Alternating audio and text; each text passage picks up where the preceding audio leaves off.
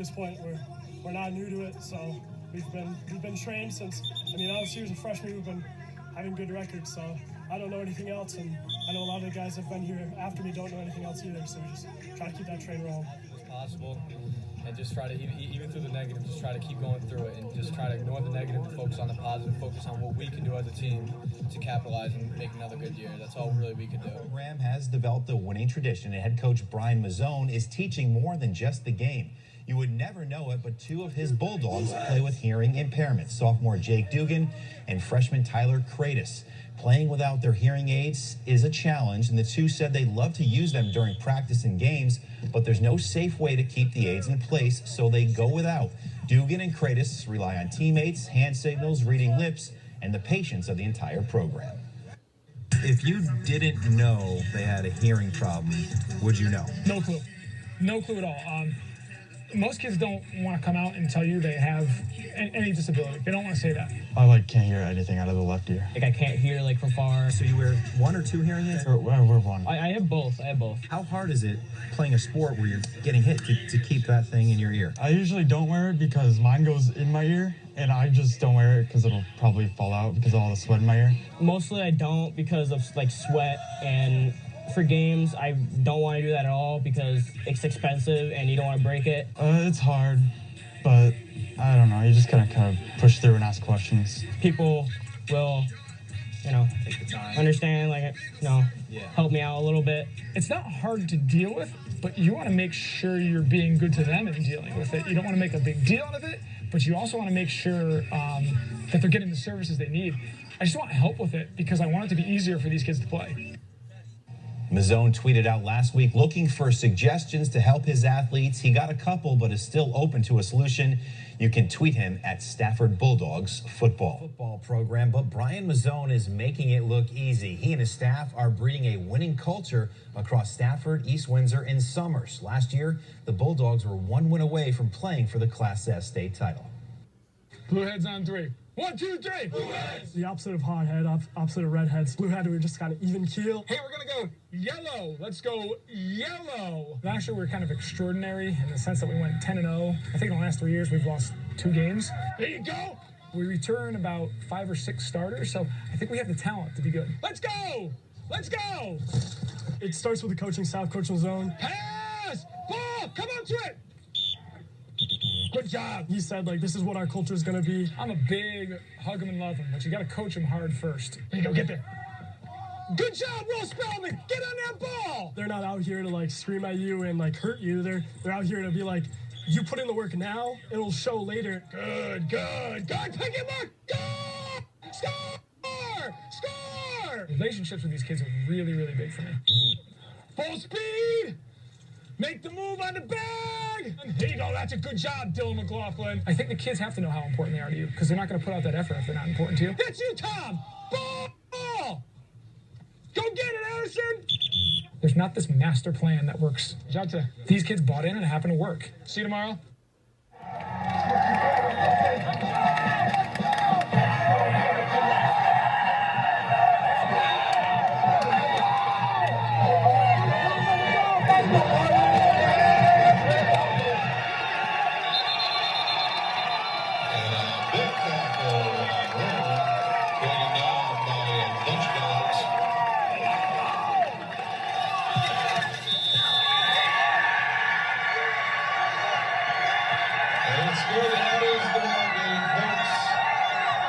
That's a big round of applause for a great game. Congratulations, the Granby Bills.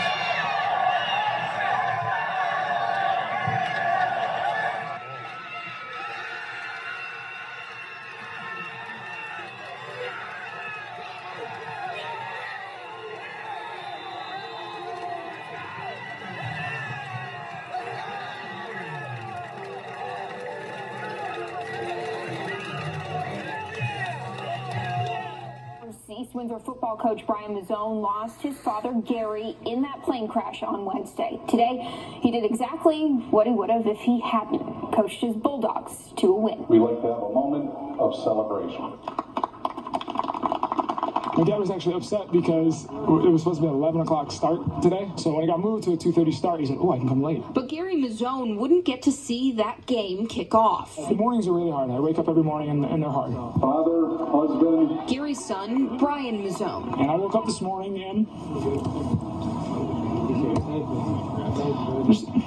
thank you. I wanted my dad. Grandfather, mentor, police captain. So he found a piece of his dad, a Bulldogs sweatshirt named for the football team Brian coaches. I always have a different hoodie or a million shirts, and I wanted this one, and this will be my one definitely for the rest of the year. This will be my shirt. With Big Gare embroidered on the arm, Brian did what he would have done if his dad was still around to wear it. Coach his Bulldogs to a win. We know he hates to miss practice. Yeah, it wasn't even a question, to be honest with you. And neither was the show of love and support. We knew once we heard the news that we were going to rally and come to this game. We knew that we had to pick him up because he supported us all this time. I said, I need you guys more than anything this week, and probably the rest of this year. He was everything, and he will be missed. And there's a lot of love that goes into that. This weekend to face Tufts. Stafford Summers East Windsor Bulldogs out fighting for their coach whose dad passed away in this week's plane crash at Bradley. Scoreless first quarter against Valley Regional Old Line. Tyler Ouellette hits Logan Briggs, and then he hits the gas for the score. Stafford on the board first. Third quarter, Warriors Kobe Andrews takes it 26 yards to the house to even things up, but the Bulldogs answer. Trenton Collegy with the hands on the 16-yard touchdown pass. It's an emotional 21-7 win for Stafford. The fourth member of our on-air FNF team tonight is Mark Robbins. The kids are barely getting out of school. A mid-afternoon 3 o'clock kick on Breast Awareness Day here in Cromwell for the Cromwell Portland Panthers hosting the Stafford Co-op. After the how-do-you-do's and pleased to meet yous, it's time to get this one going. For Stafford, that meant the Bulldogs and a short passing game.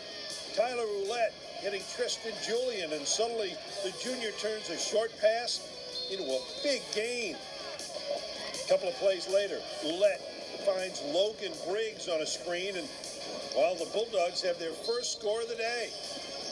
Later in the first quarter, Ouellette to Briggs. This one down the sidelines.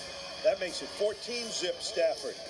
And after a bad snap, safety added 2 more. The Bulldogs figure Ouellette and Briggs, well, that combination will work until it doesn't. 23-0 Stafford after this touchdown connection. The Bulldogs with an impressive road win. 44-7 the final. Let's move on to Bowl this week. And for a check on those, plus other action from around the state, here's Mark Robbins. Here in Stafford, it's been more than a month. How about 35 days since they had the lights on for Friday Night Football, and the Bulldogs were trying to make the most of it as the Knights of Ellington came calling. After the how-do-you-do's and pleased to meet yous, it was Stafford scoring first in the first. The play that sets things up, this toss from Tyler Ouellette to Brandon Gardner. A couple of plays later, it's Ouellette busting over from the 2, and the Bulldogs had a 7-0 lead. And the Stafford East Windsor Summers Co-op used its combined power on defense to shut down that Ellington Knights offense. The Stafford Bulldogs, with the smoke rising toward Halloween, improved to 4-1 with a 35-3 win.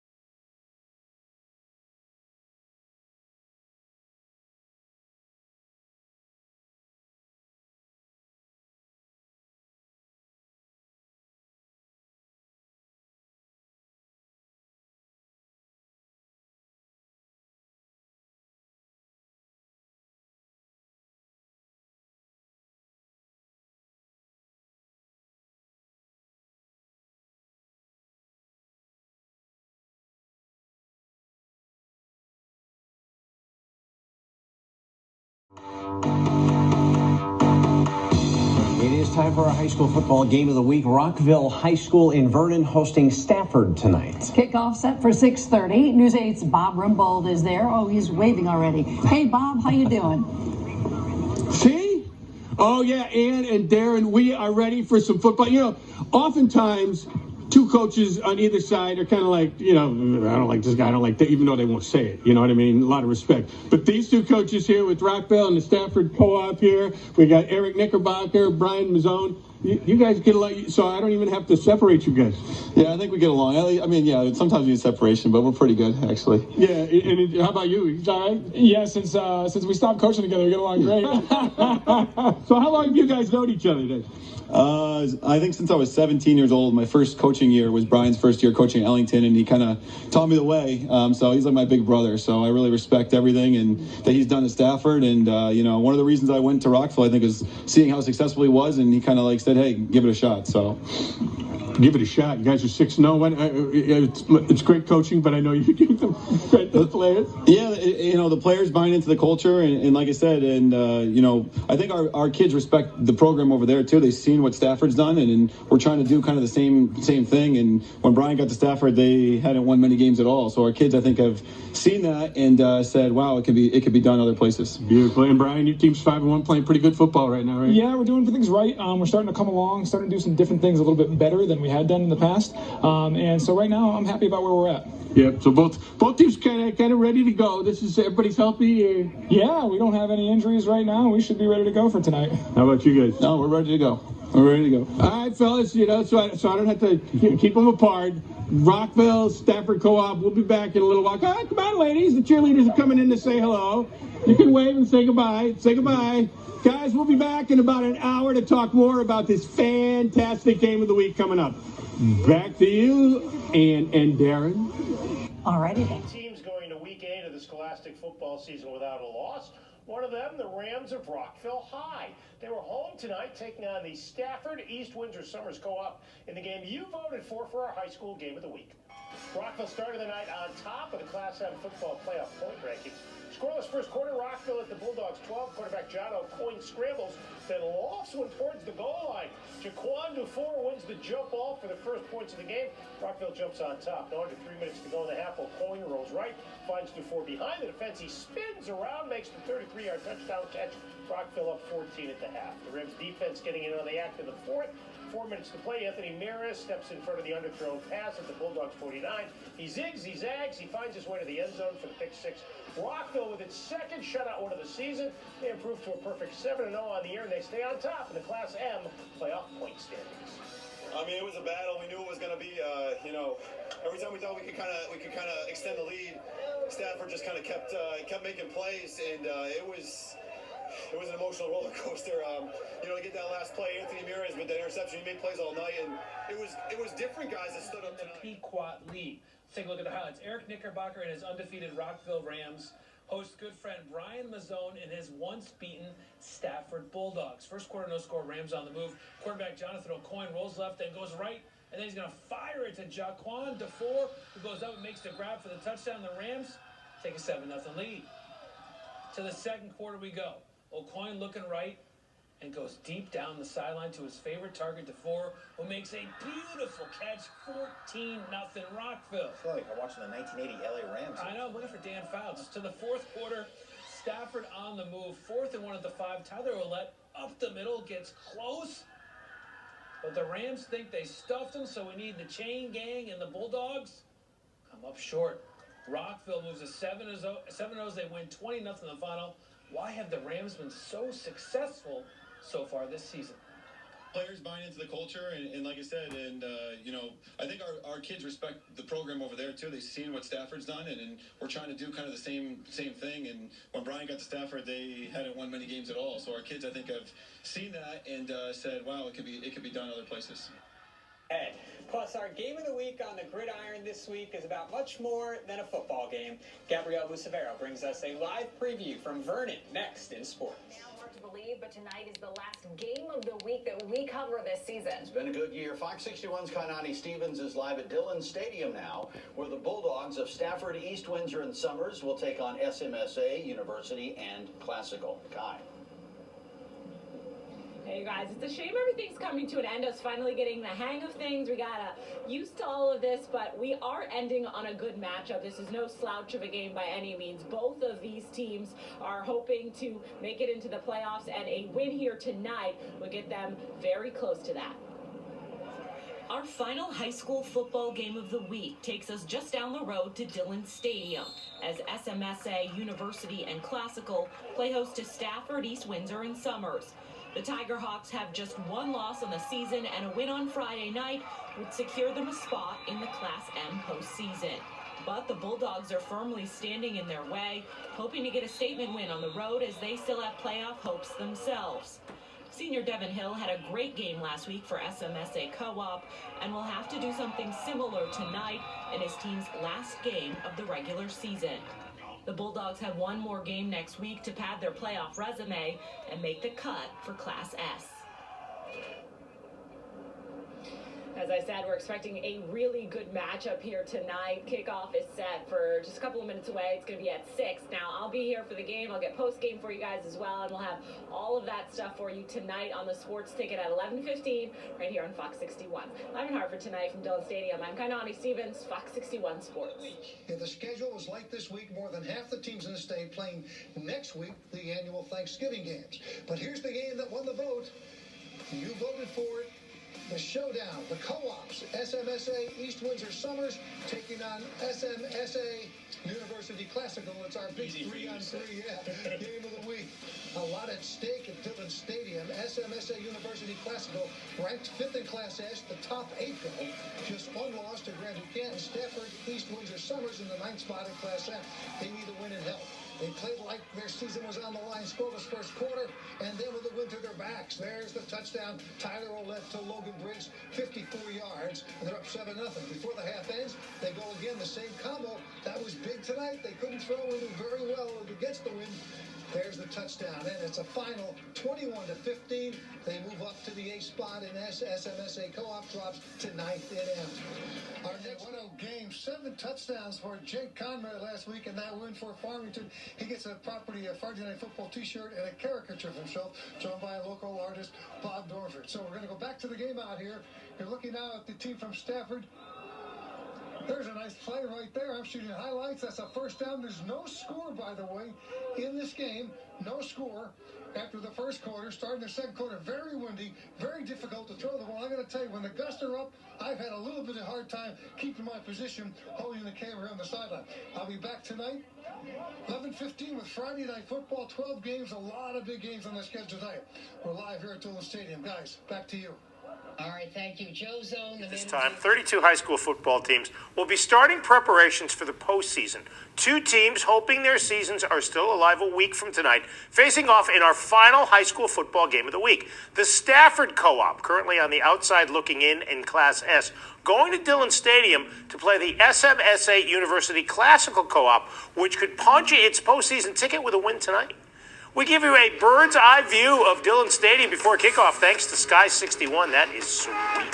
Scoreless first quarter before Stafford opened up the scoring through the air. Tyler Ouellette airs it out to Logan Briggs for the long touchdown. Bulldogs go up by a score of 7-0. That combo worked so well, they said, hey, let's try it again just before halftime. Ouellette with the chucking, Briggs with the receiving. He's open, nice catch, 14-0. In favor of the Stafford Co-op. Now, SMSA would chip away at the lead in the second half, but late in the fourth, trying to make something happen. Devin Hill is picked up by who else? Tyler Ouellette. Nice night he had. That seals it. SMSA drops its last game of the season. The Bulldogs get a much-needed 21-15 win to keep their postseason hopes alive. And now with more from a windy Dillon Stadium, here's my colleague, Kainani Stevens. Joe, a huge win here tonight for the Stafford Co-op team on a bitter cold matchup at Dillon Stadium. And the Bulldogs are hopeful that this win will add to their resume and hopefully get them a bid to the playoffs. Extremely big, especially against SMSA, one of our rivals. I mean, going into this week, we knew we all would have to play our best game in order to win. I just tried to come out here, have confidence, and do what I could, and just happen to have a good game. We kind of felt that way early in the season. We didn't know what we were. So now when it's do or die time, there's no pressure because nobody expects them to be. I don't think they expected to be here. I didn't, So when we're in this position, I think it's almost easy for them. It'll be a short week for the Bulldogs as they prepare for their final regular season game on Wednesday, and they'll need a win if they want to make the postseason. From Dillon Stadium tonight, I'm Kanani Stevens, Fox 61. For some teams, for others, a chance for the playoffs. For more on that, we turn it over to Elliot Polikoff. Elliot. Yeah, Andrew and Joe, it was a big game. A lot of teams having a shot at the playoffs entering tonight. Stafford, East Windsor Summers co-op, they were one of them. But on top of needing to beat Windsor Locks, they also need a little bit of extra help. I just wanted to have the camera on this ref to make sure that he didn't vanish into the fog. My goodness, it felt like the Twilight Zone out there in Windsor Locks. Bulldogs up 14-0 at the half. A little trickeration early in the third quarter. Mark McLaughlin with a wide receiver pass to Trenton Kology for the big gain into Raiders territory. And then McLaughlin handed it off to Logan Briggs, and Briggs knows what to do with it all the way down to the 1-yard line. Bulldogs knocking on the doorstep. Very next play, McLaughlin keeping it for the score. 20-0. Stafford, East Windsor Summers putting on a show on the road. Give credit to Windsor Locks, though. They did not stop battling. Less than 5 minutes to go in the fourth quarter. Matt Rain to Luke Holsey. What a grab by Holsey. 20-7 Raiders thinking maybe they got to come back to 10 left in them, but too little too late for Windsor Locks in this one. Logan Briggs and company get the road W. Stafford, East Windsor Summers comes out on top 27-7, and that combined with Cromwell beating Rocky Hill means the Bulldogs have clinched a spot in the Class S playoffs. Class S, the top seed, the perennial state power Ansonia. They'll host number 8 Plainfield. Woodland will hit the road to take on Sheen in the 4-5 matchup. Unbeaten Bluefield is the 3rd seed. They'll host the 6th seed, Stafford, East Windsor Summers. Plainville will travel to take on 2nd seeded Blurt Havens on Tuesday nights. Ansonia, you're going to get the same thing you're always going to get at Ansonia. They're going to play rock solid defense. Before has been the other team in the state you can count on just to put teams down and just roll them this year. They've had one of the most unique players in the state in Anthony Simpson. And what I mean by unique is you don't see many players who have almost 1,000 yards rushing and 1,000 yards receiving. I mean, he was a receiver last year, but they graduated Kaijon Butler, their all-state running back. So this year he's been the lead back, and I mean, again, you expect to see 1,000 yards rushing, 1,000 yards receiving out of these satellite backs you see now in the NFL, or someone like Christian McCaffrey. You don't expect to see that out of a high school kid in Connecticut. And oh, by the way, he's got 8 interceptions too, so he's pretty good. That leaves us with you making the call in S. Ansonia, Bluefield, we're predicting they're going to get to the final. Yeah. Last year, what a tremendous game that was. In the semis, this year, it's the final. And after saying never pick against Ansonia, Bloomfield's a rare case where I have to go Bloomfield. With the defending champion Bloomfield sails into the playoffs as one of 8 undefeated teams in the state. The Warhawks, led by junior quarterback Darren Bryden, averaging 50.4 points per game. They never scored less than 40 points in a game. And Sean, they are not just Darren Bryden. No, Anthony Simpson, their senior receiver, this guy's going to have 1,000 receiving yards, 1,000 rushing yards, and might have 10 interceptions too. He might be the most well-rounded individual player in the state. If they get him the ball, it's going to be tough to stop that team. And they will open up with the Stafford East Windsor Summers co-op back in the playoffs for the 3rd straight year. Yeah, credit to Brian Mazzone getting that team going. A young team, they graduated a lot, but they have a trio of sophomores, and Logan Briggs, Mark McLaughlin, and John Dugan, who have really stepped up as underclassmen, and I think they can give Bloomfield a game. On the other side of the center, we're looking at Warhawks.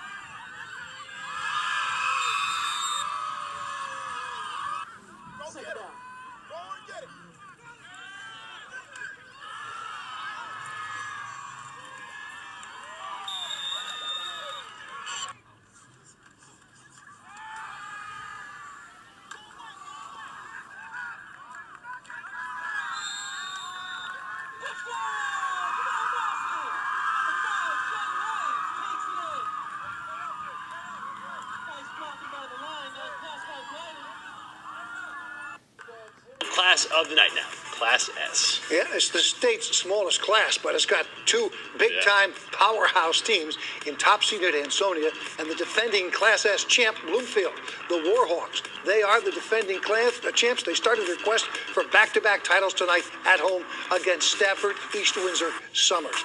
Now, this morning the field was covered with snow, but tonight it was moved to all the right places. Great effort there in all the fields across the state. Bloomfield, the number 3 seed on the move, the quarterback, Darren Bryden on the keeper. fumbles on the way to the end zone. Will Spillman is there to recover for Stafford, East Windsor Summers. That's a big play, but Bloomfield has one of the best defenses in the state. They take over. Their big play guy, Anthony Simmons, great catch right in front of me on that one. Next play, he takes it in. That makes it 7-0. Bloomfield wins this one 56-0. Next up is Plainville, who beat the number 2 seed Bullard Havens. In other...